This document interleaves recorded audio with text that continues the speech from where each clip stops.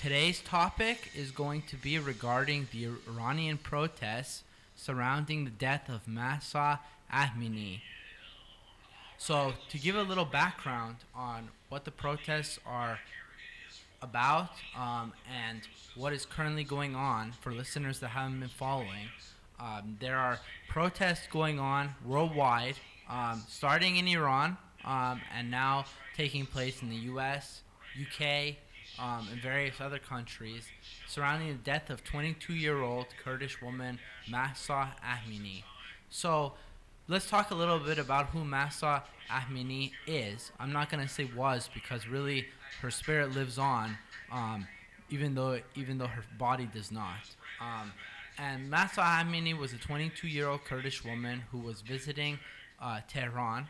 She's from northwest Iran, and she was detained by the morality police in Iran, which they're called the Tehran National Patrol.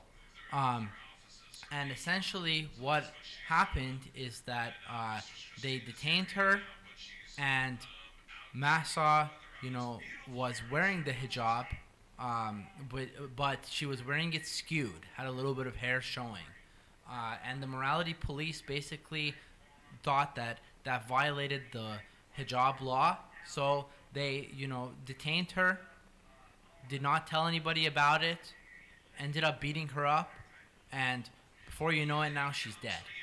And the government claimed that she had a heart attack, which nobody believes, quite frankly. And and the family is going crazy and saying that the government mistreated her. The hospital she was at didn't give her the basic services they were supposed to keep her alive, and it's just it's the same story that happens a lot that you see in other places, but history seems to repeat itself in Iran, and it's funny because it takes you back to 2010 when the Green Movement was taking place in Iran.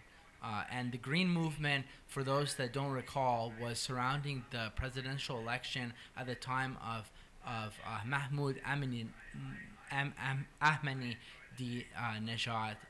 And basically, what happened is that his rival was thought to be a more progressive candidate, and a lot of the young people wanted his rival to ascend, take over the presidency, but the clerics didn't want that to happen, and so there was talks about this was a fraudulent election, never really proven, but still speculation surrounds it, and that movement was squashed, as we kind of all thought would eventually happen.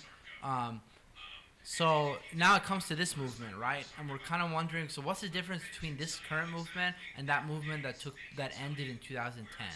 Well, there's a few key differences. One, this movement is it intersects the women's rights with a lot of the other problems that are going on in the country, specifically the economic problems, the social problems, and really just the general distrust in the Iranian government. So to say a little about how things operate in Iran, I'm an Iranian American myself. I've been to Iran twice, and really it's a very rigid, strict regime in terms of how things are run. It's a very centralist government in terms of the fact that everything is policed in terms of people's what they wear, what they say, where they go. Everything is policed. To the nth degree. To give an example, it's not just women that get policed, men also. When I was there, I did not even realize that men are not allowed to even wear shorts. For example, when they go outside, you are obligated to wear pants, or else you're violating the morality law. Kind of ridiculous, right? I mean, here we take for granted the fact that we're able to just wear what we want to a certain extent. Obviously there are some restrictions, but it's pretty open-ended. It's definitely not that way in Iran, and not that way in a lot of the Middle East, to be honest, including Saudi Arabia can be included in there as well. But I don't want to diverge too much. So So what's this movement about, and why is it different? As I was talking about, well, this movement really, is in my opinion is the byproducts of the powder keg that just needed a flame in Iran to go off. And what I mean by that is that there's been a lot of unrest growing, a lot of economic instability. The currency has been devalued tremendously. It's not even worth a tenth of what the dollar is. It's worse than that now. So you can just imagine people are just they're struggling to live, and it's just insane.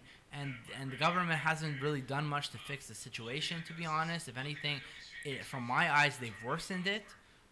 So this all kind of lends itself to the littlest spark would start another movement. And in this case, the fact that this Mahsa was only 22 years old, she's a woman, and she had the hijab on. It's not like she didn't have it on. It's just the fact that it was skewed really just infuriated both younger and older Iranians in terms of that this government is very unreasonable, and you can't negotiate with unreasonable people. That's the bottom line. Like, you just can't. We've seen it in many other examples, right? And this is another one of them, where you have clerics, mullahs, that are not willing to negotiate. They think that our way is the universal right way. And it's like, no, that's not the universal right way. Right is a subjective matter. One person's right can be another person's wrong. So to impose your right onto somebody else is taking away their choice, quite frankly.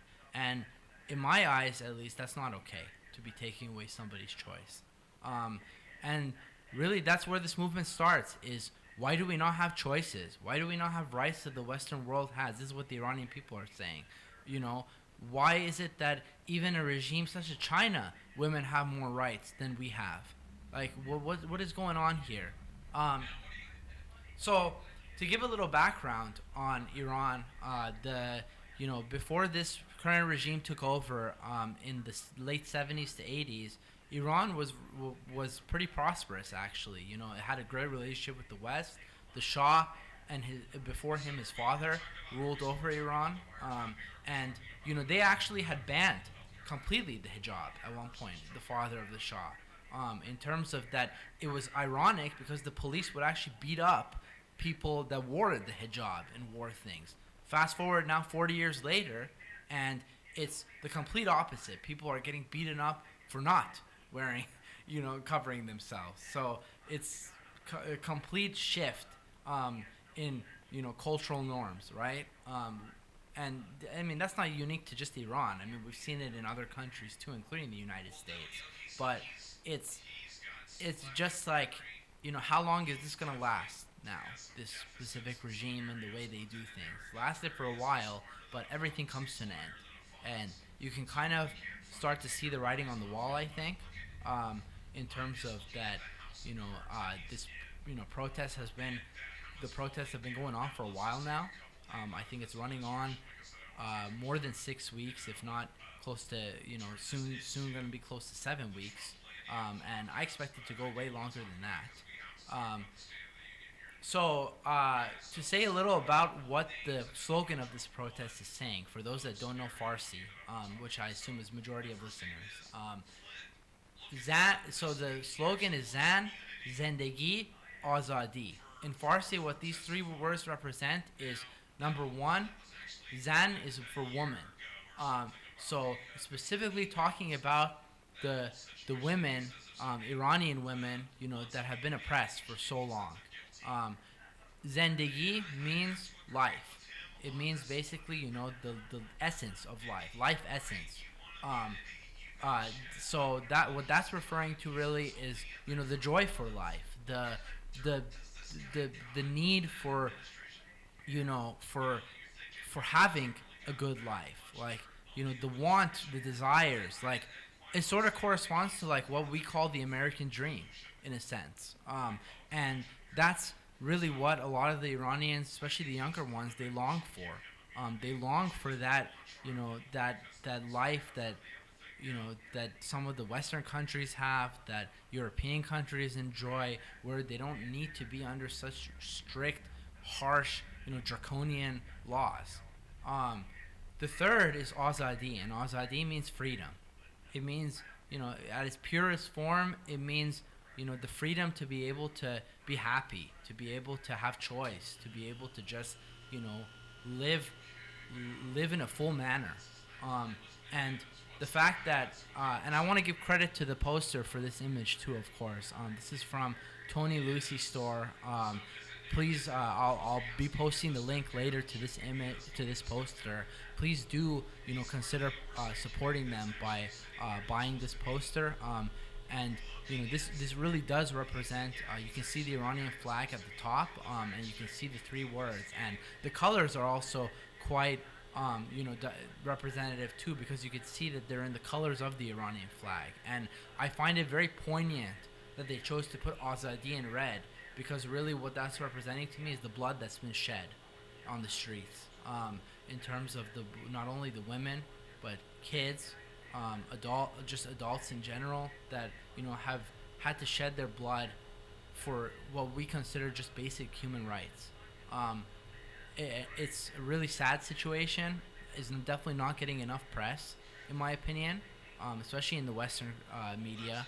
And I really hope that people will use this opportunity to not only educate themselves, but to educate their friends as well about what's going on in Iran. Because for those that don't know, how the government has responded to this is they put a complete block on any type of internet communications media coming out of the country. So no press can come out from Iran itself. No WhatsApp, Facebook, any of those technologies posts can come out without being first monitored.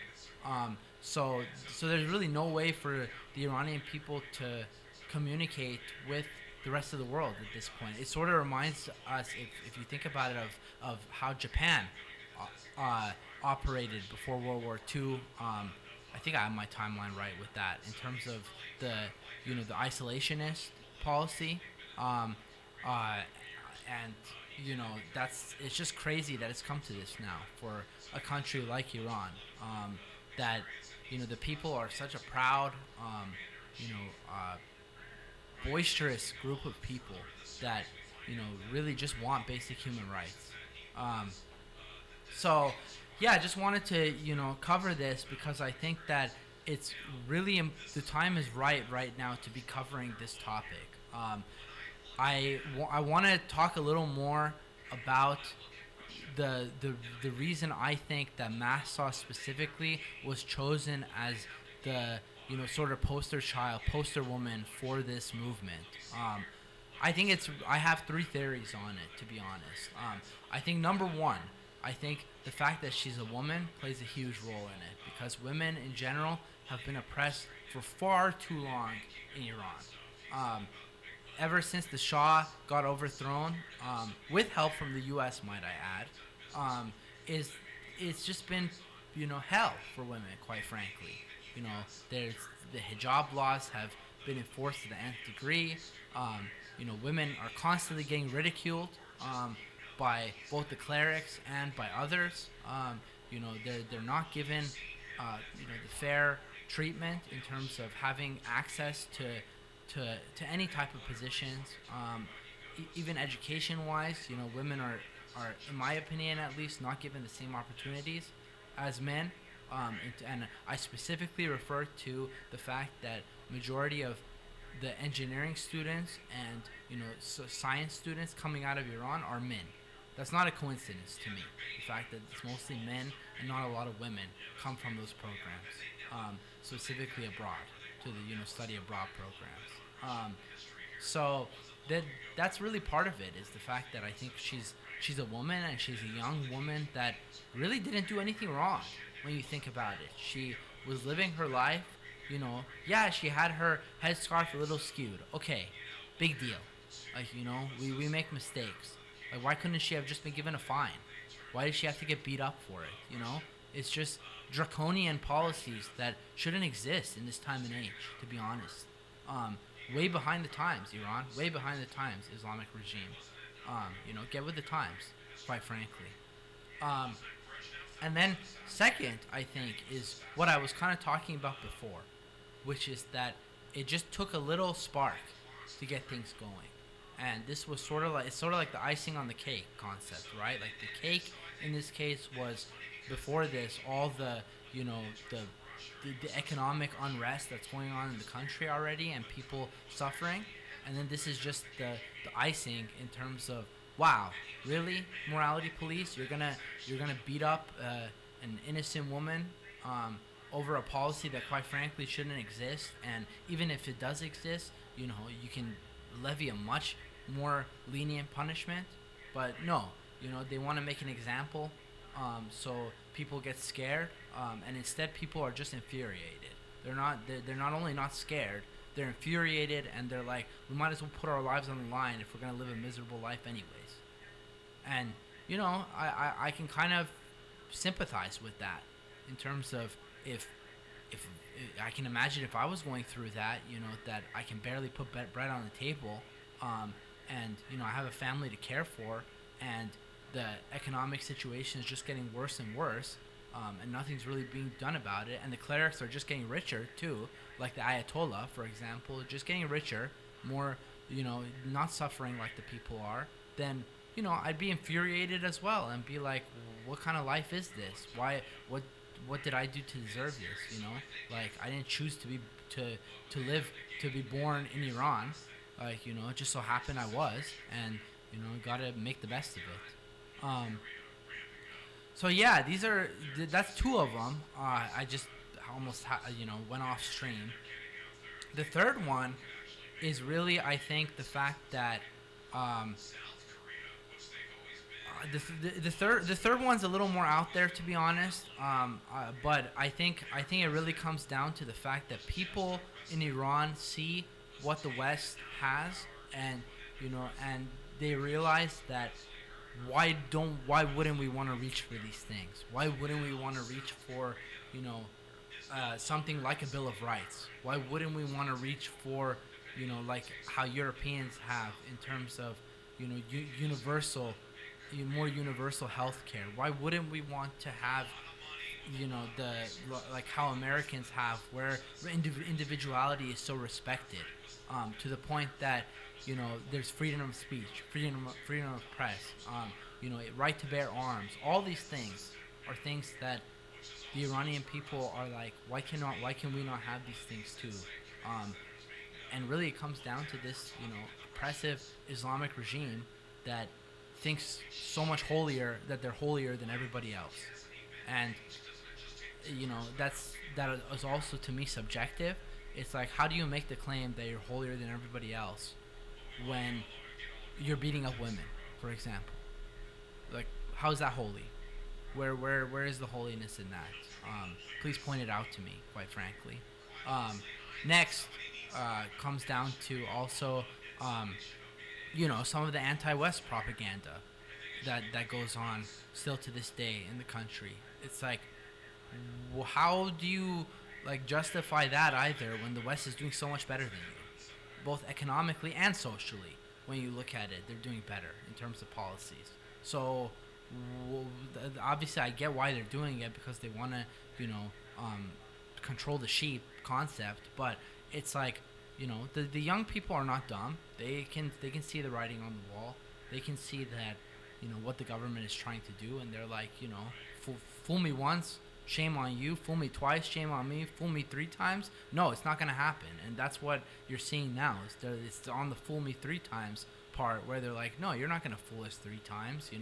We're gonna stand up instead at this point. And they're not the only ones. Finally, the world, the Iranian Americans, Iranian Canadians, Iranian whatever you want to put, as the country, we're all sort of standing up to him, being like, this is ludicrous. This is just not right. Why is it that our families that had to flee the country, because of potential of being put to death for supporting the Shah, now have to again shake in their boots because of the fact that this oppressive government that was ironically supported by the West, and now is so anti-West, is like no, we need to secure, tighten our grasp on the country because of the fact that if we don't, we're gonna lose all our power. Well, you make your bed, you lie in it, as they say in the U.S. That's what happens here. This regime made their bed. They're trying to avoid lying in it, and I'm like, you're gonna have to lie in it, guys. And this could be very well the start of what's gonna end this regime, because of the fact that now you're seeing all the unrest start to come out with not only the women's rights, but the economic, the social, the lack, frustration over the fact that our resources don't get used properly, because Iran is rich in oil when you think about it, and yet they're so poor, the country. How does that make sense? It's like you've got one of the most desired resources, and yet you're so poor. Just doesn't add up when you think about it. So all these things are playing a factor in these protests, and I want just the listeners that are listening to this to be aware that there's many dynamics to to these protests. It's not all just about women. There's many different angles to it, but the fact that it all started over the hijab law is not a coincidence, because this law is extremely draconic. The morality police have no right, in my opinion, to be existing in this day and age. It's an absolute joke of a concept to even have morality police.